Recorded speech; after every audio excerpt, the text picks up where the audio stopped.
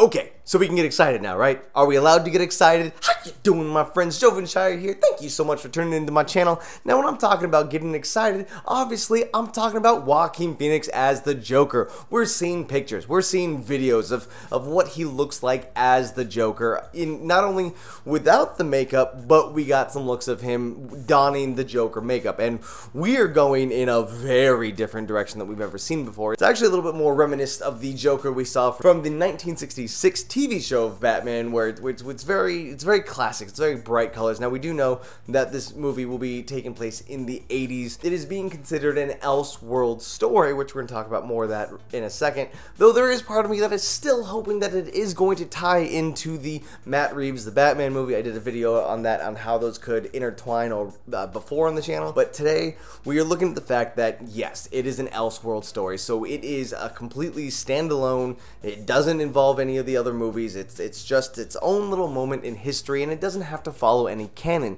This gives DC and Warner Brothers the chance to do whatever they want and break all of the rules, and it's okay because, you know, it doesn't really affect anything else. It's just this one story. And because of the makeup and because of Joaquin Phoenix and how much of an amazing actor he is, people are now starting to be like, oh no, this looks really awesome. I think this might actually be a really good DC movie. And this could be a really big win for DC, because right now with their cinematic universe, it's kind of like, what's going on? And if this is a big win for DC, I think that they could actually really just take off by steering into this and just do a bunch of other Elseworld movies. There are some obvious choices for what Elseworld movies they could do, so I want to run over just a small list of things that I would want to see on the big screen. And if you haven't read these comics already, it's a great chance just to like jump in them, find them on Amazon. Again, these are stories that are just kind of like one-offs and they don't really affect anything else, so if you just want to read a cool story, check them out. First one that I would love to see on the big screen is Superman Red Sun. Now, Red Sun, this is probably one of the most iconic Elseworld stories. It's what happens if Kal-El,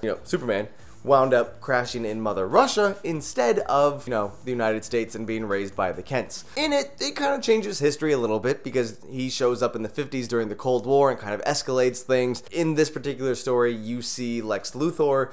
Actually, he still hates Superman because he's an alien and whatnot, but now he becomes the president, and so now it's America versus Russia. There's a lot of things that kind of change up, and Batman's in it also. It's a great one-off story. You might have seen some of the costumes in the Injustice video game. It's great. It's also just kind of funny to think that the Man of Steel becomes the Comrade of Iron. I think this would make for a great movie because you can literally just, it's a period piece, and DC loves their period pieces right now. You can recast Superman, you can recast Batman. It's literally whoever they want to cast in this. In any of these Elseworld movies, you can do it because it could be anyone you want. So that would be kind of neat to see new actors playing these characters. Now that we've talked about new actors playing old characters, let's look at old actors playing new characters. Now, I was so excited for Flashpoint to finally become a movie when the Flash movie was supposed to be a Flashpoint movie. I thought it was great. I thought it was going to be a big saving grace for DC because they can reset whatever they want, but they're not going in that direction anymore. That doesn't mean we shouldn't get Flashpoint in some shape, way, or form on the big screen. Now, yes, you could just make a Flashpoint movie, and that's a great Elseworld story, but they're not going to do that, so let's at least take a little bit of it, the part that everybody loves, and I'm talking about Thomas Wayne becoming Batman. Flash goes back in time, changes a few things, but what we're going to focus on is the fact that Bruce Wayne was actually the one that died in Crime Alley, not his parents. Now, Thomas Wayne actually becomes the Batman, but he's a very violent version of the Batman, and it's awesome. There's also kind of a surprise twist with who the Joker is. It's actually not that much of a surprise because everyone has talked about it in the past before, but the reason this needs to become a movie is because in the Batman vs. Superman movie, they actually show the Waynes. Thomas Wayne is played by Negan. Yes, that's right. Had the Flashpoint movie happen, we would have seen Negan as Batman.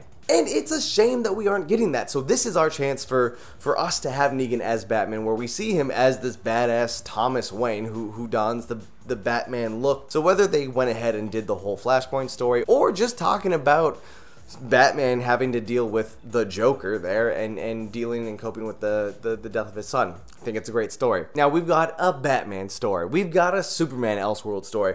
what if we combine the two together to make one interesting story? Now, I will admit this isn't one that I've read myself, but I was doing some research and I found it, and this is now at the top of my Amazon list. I need to read it. It's called Speeding Bullet. And what happens in this story, kind of like in Red Sun, they really like this plot point where Superman doesn't land in Kansas. This time he lands in Gotham City. Now, he lands there before the Waynes actually wind up having their baby boy, Bruce Wayne. So they actually find Kal-El and they're like, ooh, we found a baby. We were thinking about having a kid, so maybe we'll just raise this alien baby. And they actually raise him as Bruce Wayne. And then he lives a normal childhood, or at least a normal childhood, until the day that Joe Chill actually kills Bruce Wayne's parents, and that is the day where Kal-El realizes he has powers. It triggers his powers, and with his heat ray winds up destroying Joe Chill. Alright, so now you have Bruce Wayne, but he's actually Superman.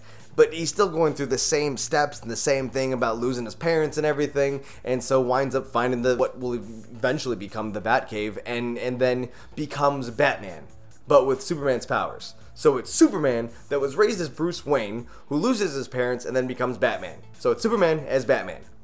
That sounds really cool, right? Now, honestly, if I was to do this as an Elseworld story, I would do it a little bit differently. I would change the original source. I know people would get super upset, but I think it'd be more interesting to see Bruce Wayne, and then all of a sudden he has an adopted brother named Clark Wayne, and then the Waynes actually raise both kids at the same time. Both parents wind up dying, and then all of a sudden Kal-El becomes Superman, and then you got Bruce Wayne there, and then you kind of see how the two kids kind of deal with the loss and become their own superheroes in Gotham City.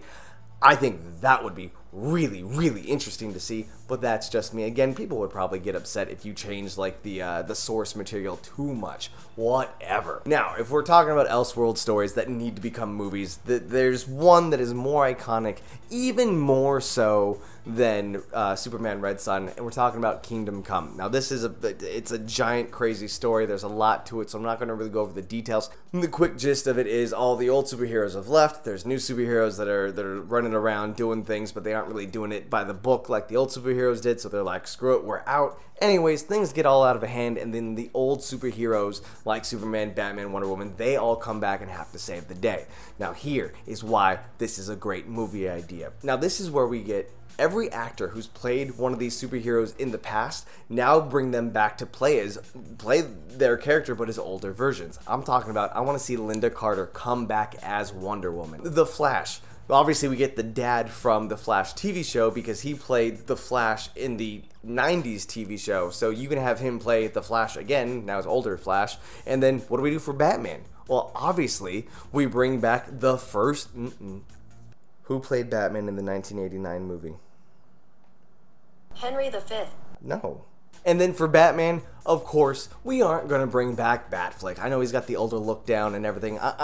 Here's what we do for Kingdom Come. We bring back Michael Keaton to reprise his role as Batman. Of course, that's a great idea. So you get all these older actors to play the old superheroes that they played, and then all of a sudden you bring them back, and then they have to save the day in Kingdom Come. That is a great idea for a Kingdom Come movie, but that's just my opinion. But now I want to know your opinions. Let's talk about it in the comments below. Let me know what other Elseworld movies you want to see. Are you excited about this Joker movie? Have the pictures and videos changed your mind at all? Because I was excited first, and then I was like, I don't know if I like this look too much, and then I really started to pay attention to it. I was like, damn, this is good.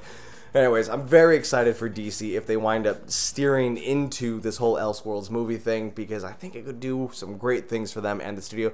At the end of the day, it's going to give us something different, and history has shown us that if you have a superhero movie and you do something a little bit different than what people have been seeing lately, you've got some success on your hands. So, that is what I think about that. And again, guys, thank you so much for tuning in today. If you haven't already, please hit that subscribe button.